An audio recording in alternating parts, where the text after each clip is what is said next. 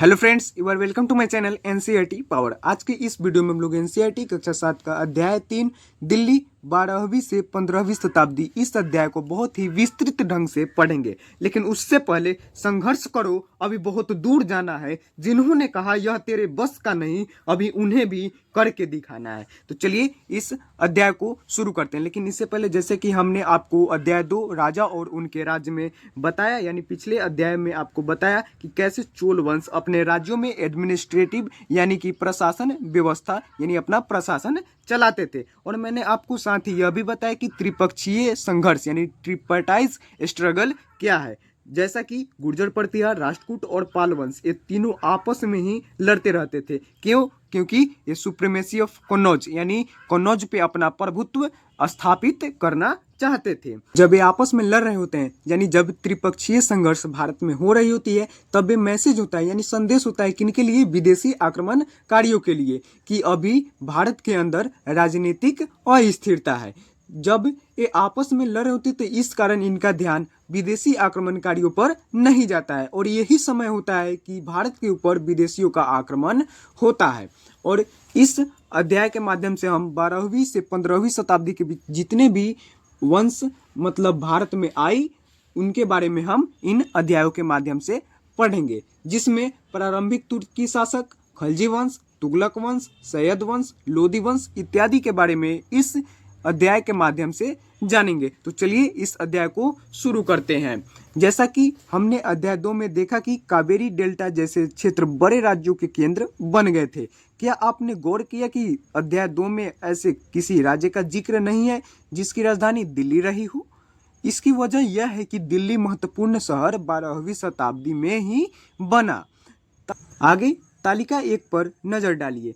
तालिका 1 जिसे इसी अध्याय के अगले पृष्ठ पे प्रदर्शित किया गया है, जो कि बहुत ही महत्वपूर्ण तालिका है, जिसमें राजपूत वंश, तोमर और चौहान, प्रारंभिक तुर्की शासक और कई सारे वंशों यानी कि डायनेस्टीज का भी जिक्र किया गया है। तो उसे हम अगले पृष्ठ पे पढ़ेंगे बहुत ही विस्तृत ढंग से। लेकिन उससे पहले तोमर राजपूतों के काल में दिल्ली किस साम्राज्य की राजधानी बनी? 12वीं सदी के मध्य में तोमरों को अजमेर के चौहानों, जिन्हें चहमान नाम से भी जाना जाता है, ने परास्त किया। यानी तोमर राजपूतों को 12वीं सदी के मध्य में अजमेर के शासक पृथ्वीराज चौहान ने परास्त किया और वे दिल्ली पे आकर अपना प्रभुत्व जमा लिए। तोमरों और चौहानों के राज्यकाल में ही दिल्ली वाणिज्य का एक महत्वपूर्ण केंद्र बन गया। इस शहर में बहुत सारे समृद्धशाली जैन व्यापारी भी रहते थे, जिन्होंने अनेक मंदिरों का निर्माण कराया। यहाँ देहली वाले कहे जाने वाले सिक्के भी ढाले जाते थे, जो काफी प्रचलन में थे। 13वीं सदी के आरंभ में दिल्ली सल्तनत की स्थापना हुई और इसके साथ दिल्ली एक ऐसी राजधानी में बदल गई जिसका नियंत्रण इस उपमहाद्वीप के बड़े क्षेत्र पर फैला था। आप फिर से तालिका 1 पर नजर डालिए। जैसे हम अगले पृष्ठ पे चलेंगे, तालिका 1 को देखेंगे, क्योंकि यह बहुत ही महत्वपूर्ण तालिका है। और उन 5 वंशों की पहचान कीजिए जिनसे मिलकर दिल्ली की सल्तनत बनी। जिस इलाके को हम आज दिल्ली के नाम से जानते हैं, वहाँ इन सुल्तानों ने अनेक नगर बसाए। उनके नाम मानचित्र 1 जो कि आपको बगल में नजर आ रही होगी, इस पे उत्कृष्ट किया गया है। जैसे दिल्ली एक कुहना, सीरी और जहांपना को पहचानिए। ये देख सकते हैं यहाँ पे आपको सीरी, जहांपना और दिल्ली एक कुन्हा यहाँ पे नजर आ रही होगी मानचित्र। आगे एक नेक्स्ट एंड इम्पोर्टेंट पॉइंट है तालिका फर्स्ट, जिसमें दिल्ली के शासकों के बारे में जिक्र किया गया है, जो कि बहुत ही महत्वपूर्ण तालिका है। तो चलिए इसे हम समझते हैं। जैसे इस पे सबसे पहले राजपूत वंश यानी तोमर वंश के शासक अनंगपाल, जो कि 1130 से 1145 तक शासक करते हैं, जिन्हें अजमेर के शासक पृथ्वीराज चौहान परास्त कर दिल्ली पे ये अपना प्रभुत्व स्थापित कर लेते हैं।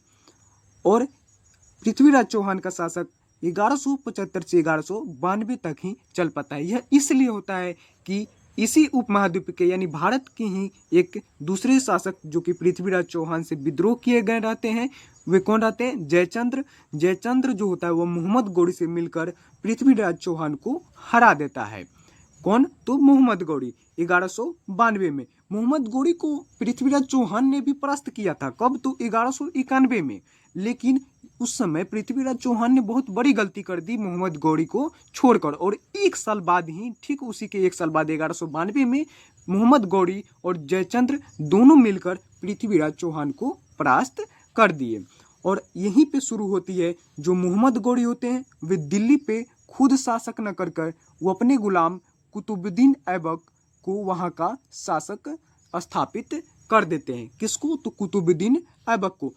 इसलिए प्रारंभिक तुर्की शासक कोई जितने भी यहाँ पे इतने डायनेस्टीज आपको नजर आ रही है, मतलब ये जितने भी शासक यहाँ पे नजर आ रही है, इन सभी को गुलाम वंश के नाम से भी जाना जाता है। किन्हें? तो इन्हें गुलाम वंश यानी स्लेव डायनेस्टीज के नाम से भी इन्हें जाना जाता है। किनको? तो कुतुबुद्दीन ऐबक को, क्योंकि ये गुलाम वंश की स्थापना ही हुई थी 1206 में कुतुबुद्दीन ऐबक की वजह से। तो कुतुबुद्दीन ऐबक का शासक 1206 से 1210 ईस्वी तक चलता है, और आगे शमसुद्दीन इल्तुतमिश का शासक 1210 से 1236 ईस्वी तक, और इल्तुतमिश की बेटी रजिया का शासक 1236 से 1240 ईस्वी तक चलता है।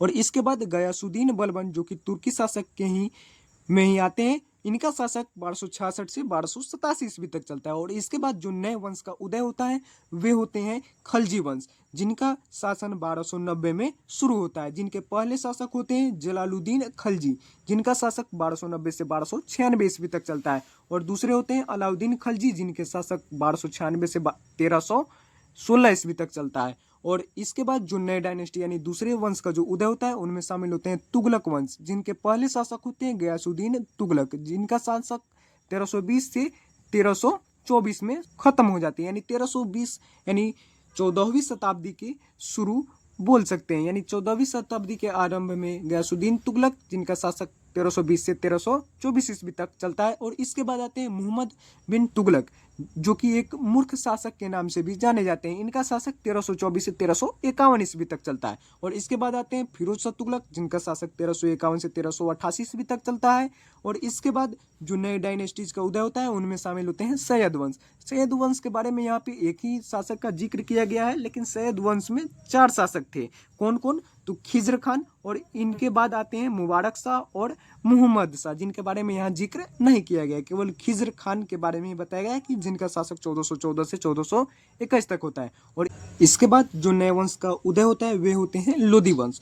लोदी वंश में ही यहाँ पे एक ही शासक के बारे में यहाँ पे जिक्र किया गया है, वे है बहलोल लोदी, जिनका शासक 1451 से 1489 ईस्वी तक बताया गया है। और इसके बाद बहलोल लोदी का पुत्र सिकंदर खान लोदी का शासक होता है। और उसके बाद सिकंदर खान लोदी का पुत्र इब्राहिम लोदी का शासक होता है। और इब्राहिम लोदी को 1526 में ये बताया गया है यहाँ पर कि लोदी वंश का शासक कब से? 1526 में लोदी वंश का शासक इब्राहिम लोदी होता है, जिसे बाबर ने पानीपत में इब्राहिम लोदी को हराया था। कब? तो 1526 में। आगे नेक्स्ट पॉइंट है सुल्तानों के अधीन दिल्ली। इतिहास तारीख एक वचन है और तारीख का बहुवचन है। जो सुल्तानों के शासनकाल में प्रशासन की भाषा फारसी में लिखे गए थे। त्वारीख के लेखक सचिव, प्रशासक, कवि और दरबारियों जैसे सुशिक्षित व्यक्ति होते थे, जो घटनाओं का वर्णन भी करते थे और शासकों को प्रशासन संबंधी सलाह भी देते थे।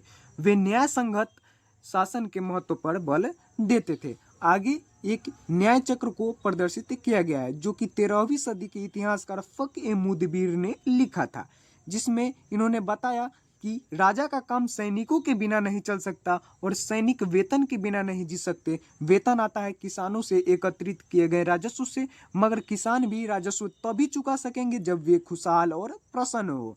ऐसा तभी हो सकता है जब राजा न्याय और ईमानदार प्रशासन को बढ़ावा दे। यह किनके अनुसार बताया गया है? तो फक-ए-मुदबिर के अनुसार एक न्याय चक्र को यहाँ इस पृष्ठ पर इस तरह प्रस्तुत किया गया था। आगे ये कुछ और बातें ध्यान में रखने योग्य, जैसे पहला, त्वारीख के लेखक नगरों में विशेषकर दिल्ली में रहते थे, गांव में शायद ही कभी रहते हों। दूसरा, वे अक्सर अपने इतिहास सुल्तानों के लिए उनसे ढेर सारे इनाम इकराम पाने की आशा में लिखा करते थे। तीसरा, ये लेखक अक्सर शासकों को जन्मसिद्ध अधिकार और लिंग भेद पर आधारित आदर्श समाज व्यवस्था बनाए रखने की सलाह देते थे। उनके विचारों से सारे लोग सहमत नहीं होते थे। सन 1236 में सुल्तान इल्तुतमिश की बेटी रजिया सिंहासन पर बैठी। उस युग के इतिहासकार मिन्हाज ए सिराज ने स्वीकार किया है कि वह अपने सभी भाइयों से अधिक योग्य और सक्षम थी, लेकिन फिर भी वह एक रानी को शासक के रूप में मान्यता नहीं दे पा रहा था।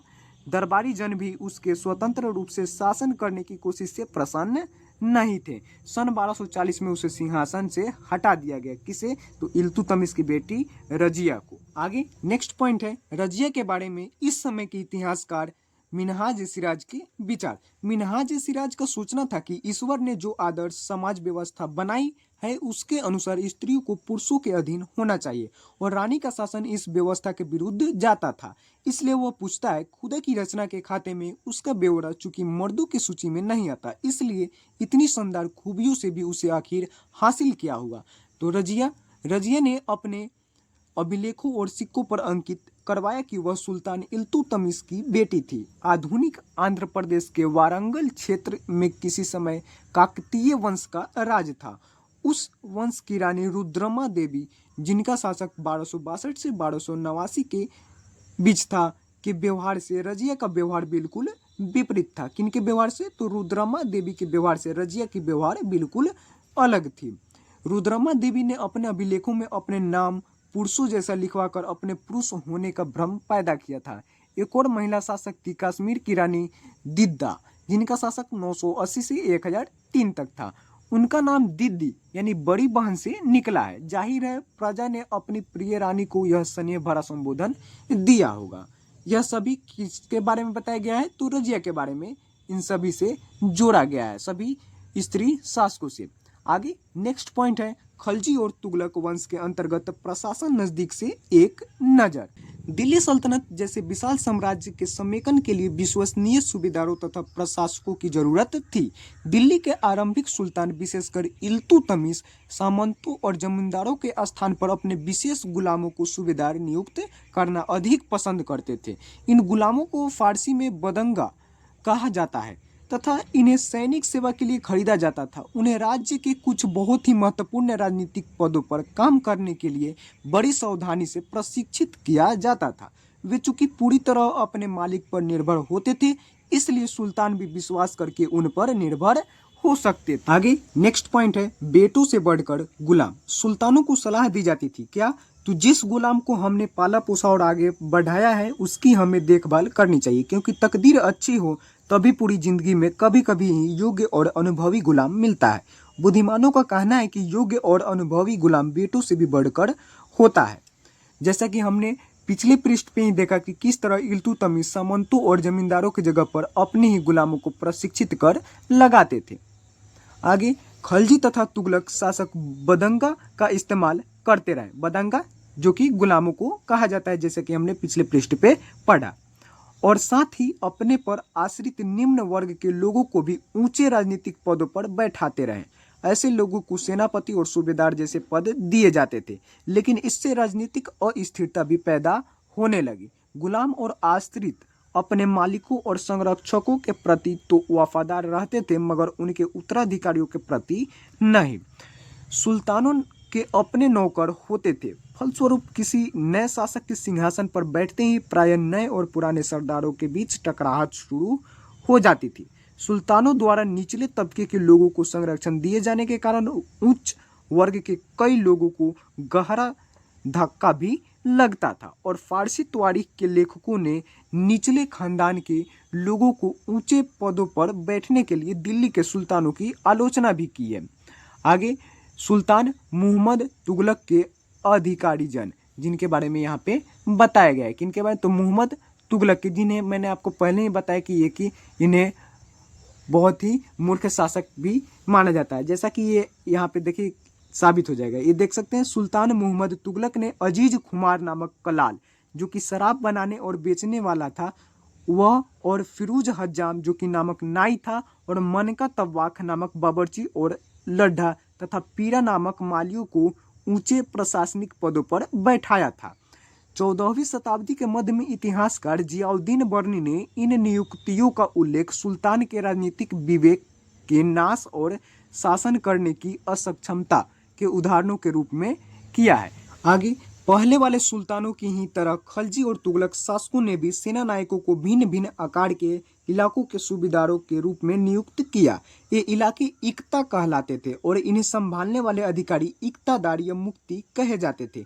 मुक्ति का फर्ज था सैनिक अभियानों का नेतृत्व करना और अपने इक्तों में कानून और व्यवस्था बनाए रखना। अपनी सैनिक सेवाओं के बदले वेतन के रूप में मुक्ति अपने इलाकों के राजस्व की वसूली किया करते थे। राजस्व के रूप में मिली रकम से ही वे अपनी सेनाओं को भी तनख्वाह देते थे। मुक्ति लोगों पर काबू रखने का सबसे प्रभावी तरीका यह था कि उनका पद वंश परंपरा से न चले, यानी वंशानुगत न रहे और उन्हें कोई भी इक्ता थोड़े थोड़े समय के लिए ही मिले, जिसके बाद उनका स्थानांतरण कर दिया जाता था, यानी एक जगह से दूसरे जगह पर स्थानांतरित यानी बदल दिया जाता था। सुल्तान अलाउद्दीन खलजी और मुहम्मद तुगलक के शासनकाल में नौकरी के इन कठोर नियमों का बड़ी सख्ती से पालन होता था। मुक्ति लोगों द्वारा एकत्रित किए गए राजस्व की रकम का हिसाब लेने के लिए राज्य द्वारा लेखा अधिकारी नियुक्त किए जाते थे। इस बात का ध्यान रखा जाता था कि मुक्ति राज्य द्वारा निर्धारित कर ही वसूले और तय संख्या के अनुसार सैनिक रखे। जब दिल्ली के सुल्तान शहरों से दूर आंतरिक इलाकों को भी अपने अधिकार में ले आए तो उन्होंने भूमि के स्वामी सामंतों और अमीर जमींदारों को भी अपनी सत्ता के आगे झुकने को बाध्य कर दिया। अलाउद्दीन खलजी के शासनकाल में भू राजस्व के निर्धारण और वसूली के कार्य को राज्य अपने नियंत्रण में ले आया। स्थानीय सामंतों से कर लगाने का अधिकार छीन लिया गया, बल्कि स्वयं उन्हें भी कर चुकाने को बाध्य किया गया। सुल्तान के प्रशासकों ने जमीन की पैमाइश की और उसका हिसाब बड़ी सावधानी से रखा। कुछ पुराने सामंत और जमींदार राजस्व के निर्धारण और वसूली अधिकारी के रूप में सल्तनत की नौकरी करने लगे। उस समय 3 तरह के कर थे। पहला कृषि पर, जिसे खराज कहा जाता था और जो किसान की उपज का लगभग 50% होता था, और दूसरा मवेशियों के ऊपर कर, और तीसरा घरों पर। यह याद रखना जरूरी है कि इस उपमहाद्वीप का काफी बड़ा हिस्सा दिल्ली के सुल्तानों के अधिकार से बाहर ही था। दिल्ली से बंगाल जैसे सुदूर प्रांतों का नियंत्रण कठिन था और दक्षिण भारत की विजय के तुरंत बाद ही वह पूरा क्षेत्र फिर से स्वतंत्र हो गया था। यहाँ गंगा के मैदानी इलाकों में भी घने जंगलों वाले ऐसे क्षेत्र थे जिनमें बैठने में सुल्तान की सेनाएं अक्षम थी, यानी असक्षम थी। स्थानीय सरदारों ने इन क्षेत्रों में अपना शासन जमा लिया। अलाउद्दीन खलजी और मुहम्मद बिन तुगलक इन इलाकों पर जोर जबरदस्ती अपना अधिकार जमा तो लेते थे, पर वह अधिकार कुछ ही समय तक रह पाता था। नेक्स्ट पॉइंट है सरदार और उनके किलेबंदी। जहाँ पे ये लोग अपना शासक जमाते थे और वे अधिकार कुछ ही समय तक रहता था, वे इनके बारे में यहाँ पे बताया गया कि यह किस तरह होता था। तो अफ्रीकी देश मोरक्को से 14वीं सदी में भारत आए यात्री इब्न बतूता ने बतलाया है कि सरदार कभी कभी चट्टानी उबड़ खाबड़ पहाड़ी इलाकों में किले बनाकर रहते थे और कभी कभी बांस के झुरमुटों में। भारत में बांस पोला नहीं होता, यह बहुत बड़ा होता है।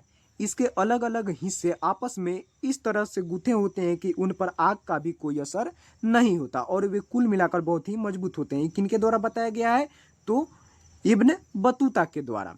सरदार इन जंगलों में रहते हैं जो इनके लिए किले की प्राचीर का काम देते हैं। इन दीवार के घेरे में ही उनके मवेशी और फसल भी रहते हैं। अंदर ही पानी भी उपलब्ध रहता है, अर्थात वहाँ एकत्रित हुआ वर्षा का जल भी होता है। इसलिए उन्हें प्रबल बलशाली सेनाओं के बिना हराया नहीं जा सकता। ये सेनाएं जंगल में घुसकर खास तौर से तैयार किए गए औजारों से बांसों को काट डालती है। आगे चंगेज खान के नेतृत्व में मंगोलों ने 1219 में उत्तर पूर्वी ईरान में ट्रांस ओक्सियाना, जो कि आज के उज्बेकिस्तान के नाम से जाना जाता है, उस पर हमला किया और इसके शीघ्र बाद ही दिल्ली सल्तनत को उनका धावा झेलना पड़ा। अलाउद्दीन खलजी और मुहम्मद बिन तुगलक के शासनकालों के आरंभ में दिल्ली पर मंगोलों के धावे बढ़ गए। इससे मजबूर होकर दोनों ही सुल्तानों को एक विशाल स्थानीय सेना खड़ी करनी पड़ी। इतनी विशाल सेना को संभालना प्रशासन के लिए भारी चुनौती थी। आगे नेक्स्ट पॉइंट है 15वीं तथा 16वीं शताब्दी में सल्तनत। तालिका 1 को फिर से देखें। तालिका 1 को आप वीडियो को बैक कर देख सकते हैं। आप पाएंगे कि तुगलक वंश के बाद 1526 तक दिल्ली तथा आगरा पर सैयद तथा लोधी वंश का राज्य रहा। जौनपुर, बंगाल, मालवा, गुजरात, राजस्थान तथा पूरे दक्षिण भारत में स्वतंत्र शासक उठ खड़े हुए थे। उनकी राजधानियां समृद्ध थी और राज्य फल फूल रहे थे। इसी काल में अफगान तथा राजपूतों जैसे एक नए शासक समूह भी उभरे। इस काल में स्थापित राज्यों में से कुछ छोटे तो थे पर शक्तिशाली थे और उनका शासन बहुत ही कुशल तथा सुव्यवस्थित तरीके से चल रहा था। शेरशाह सूरी ने बिहार में अपने चाचा के एक छोटे से इलाके के प्रबंधन के रूप में काम शुरू किया था और आगे चलकर उसने इतनी उन्नति की कि मुगल सम्राट हुमायूं, जिनका शासनकाल यहाँ पे दिया गया है, उनको तक को चुनौती दी और परास्त किया। शेरशाह ने दिल्ली पर अधिकार करके स्वयं अपना राजवंश स्थापित किया। सूरवंश ने केवल 15 वर्ष यानी 1540 से 1555 तक शासन किया, लेकिन इसके प्रशासन ने अलाउद्दीन खिलजी वाले कई तरीकों को अपनाकर उन्हें और भी चुस्त बना दिया। महान सम्राट अकबर, जो कि 1556 से 1605 तक शासन किए, ने अपने मुगल साम्राज्य को समेकित किया यानी कि एकीकृत किया, तो उसने अपने प्रतिमान के रूप में शेरशाह की प्रशासन व्यवस्था को ही अपनाया था। कौन? तो महान सम्राट अकबर ने। तो धन्यवाद दोस्तों, इसी तरह बने रहें हमारे चैनल एनसीईआरटी पावर के साथ और जाते जाते इस वीडियो को लाइक और इस चैनल को सब्सक्राइब और साथ ही अपने प्रियजनों दोस्तों के साथ इस वीडियो को शेयर करना ना भूलें। हमारी सोच, आपकी सफलता। जय हिंद।